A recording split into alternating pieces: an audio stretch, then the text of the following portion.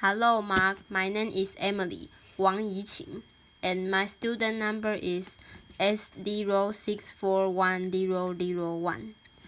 I'm a sophomore and major in English. Today I'm going to present P.J. Parmer, how doctors can help low-income patients and still make a profit. Fax Avenue, here in Denver, Colorado, was once called the longest weekday street in America. My office is there in the same place. It's a medical desert.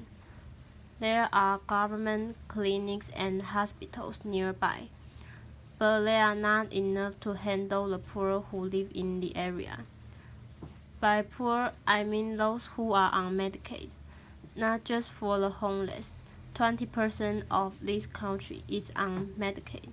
If your neighbors have a family of 4 and make less than 30, then they can get Medicaid, but they can't find a doctor to see them.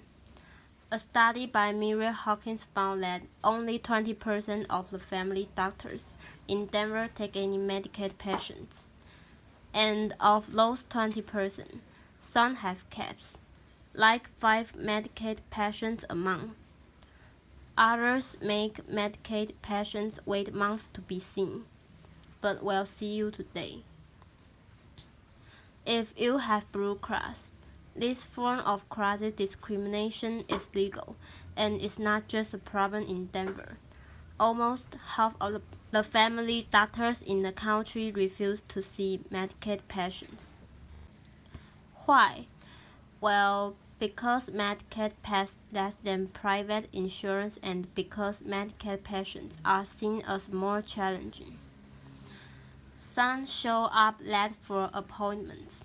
Some don't speak English and some have trouble following instructions. I thought about this while in medical school. If I could design a practice that caters to low-income folks instead of avoiding them, then I would have guaranteed customers and very little competition. Laughter. So after residency, I opened up shop doing underserved medicine, not as a non-profit, but as a private practice. A small business scene only resettle refugees. That was 6 years ago, and since then, we've served 50,000 refugees. Medical feasts. Applause. 90% of our patients have Medicaid, and most of the rest we see for free. Most doctors say you can't make money on Medicaid, but we are going it just fine. How? Well, if this were real capitalism, then I wouldn't tell you, because it would become my competition. Laughter. But I call this bleeding heart capitalism. Laughter. And we need more people doing this, not less. So here's how. We break down the walls of our medical mates by taking the challenges of Medicaid patients, turning them into opportunities, and pocketing the difference. The nuts and bolts may seem simple, but they add up. For example, we have no appointments. We are walk-in only. Of course, that's how it works at the emergency room, at urgent cares, and at Taco Bell. Laughter. But not usually at family doctors' offices. Why do we do it? Because Nasra can't call for an appointment. She has a phone, but she doesn't have phone minutes. She can speak English and she can navigate a phone tree. And she can't show up on time for an appointment because she doesn't have a car, she takes the bus. And she takes care of 3 kids plus her disabled father. So we have no appointments. She shows up when she wants, but usually waits less than 15 minutes to be seen. She then spends as much time with us as she needs. Sometimes that's 40 minutes. Usually it's less than 5. She loves this flexibility. It's how she saw doctors in Somalia. And I love it because I don't pay staff to do scheduling. And we have a zero no-show rate and a zero late-show rate. Laughter. Applause. It makes business sense. Another difference is our office layout. Our exam rooms open right to the waiting room. Our medical providers run their own patients, and our providers stay in one room instead of alternating between rooms. Cutting steps cuts costs and increases customer satisfaction. We also hand out free medicines, right from our exam room. Over-the-counter ones and some prescription ones, too. If Nasra's baby is sick, we put a bottle of children's Tylenol or amoxicillin right in her hand. She can tell the baby stretch back home instead of stopping at the pharmacy. I don't know about you, but I get sick just looking at all those choices. Nasra doesn't stand a chance in there. We also text patients. We are open evenings and weekends. We do home feasts. We jump dead car batteries. Laughter. With customer satisfaction so high, we've never had to advertise. Yet are growing at 25% a year. And we've become real good at working with Medicaid, since it's pretty much the only insurance company we deal with. Other doctors' offices chase 10 insurance companies just to make ends meet. That's just Jenny. A single-payer system is like monogamy. It just works better. Laughter. Applause. Of course, Medicare is funded by taxpayers like you, so you might be wondering, how much does this cost the system? Well, we are cheaper than the alternatives. Some of our patients might go to the emergency room, which can cost thousands, just for a simple cold. Some may stay home and let their problems get worse. But most would try to make an appointment at a clinic that's part of the system called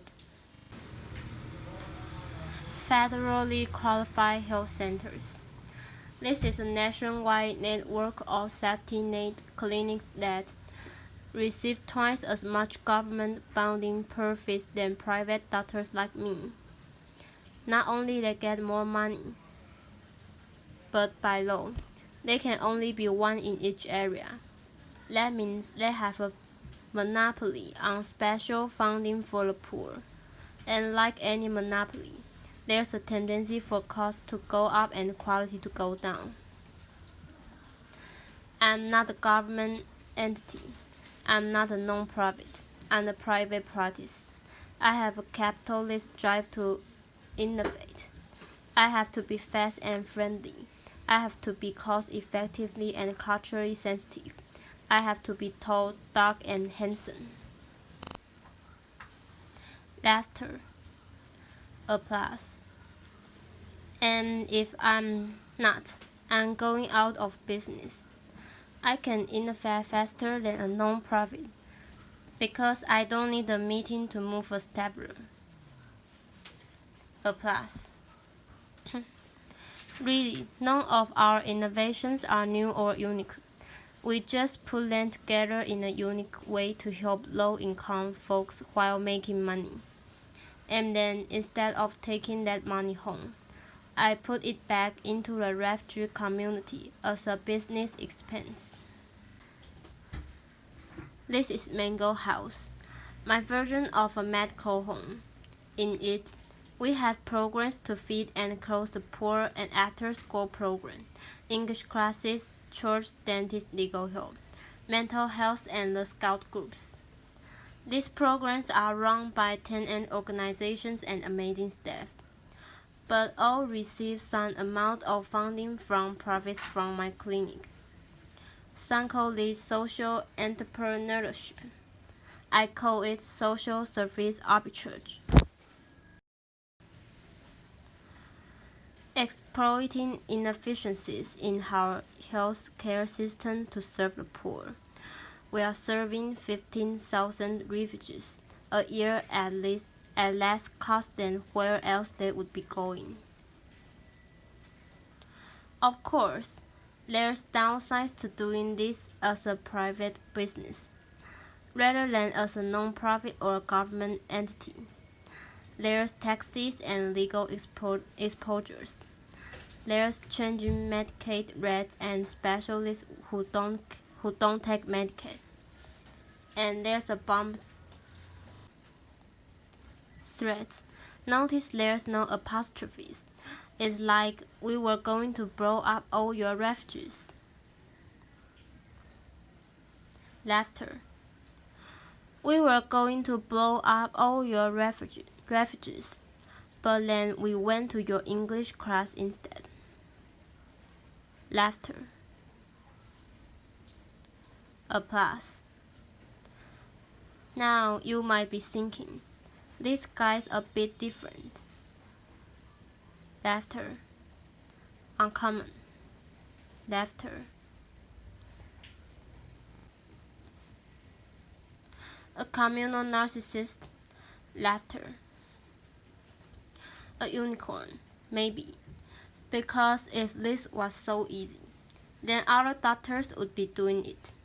Well, based on Medicare rates, you can do this in most of the country.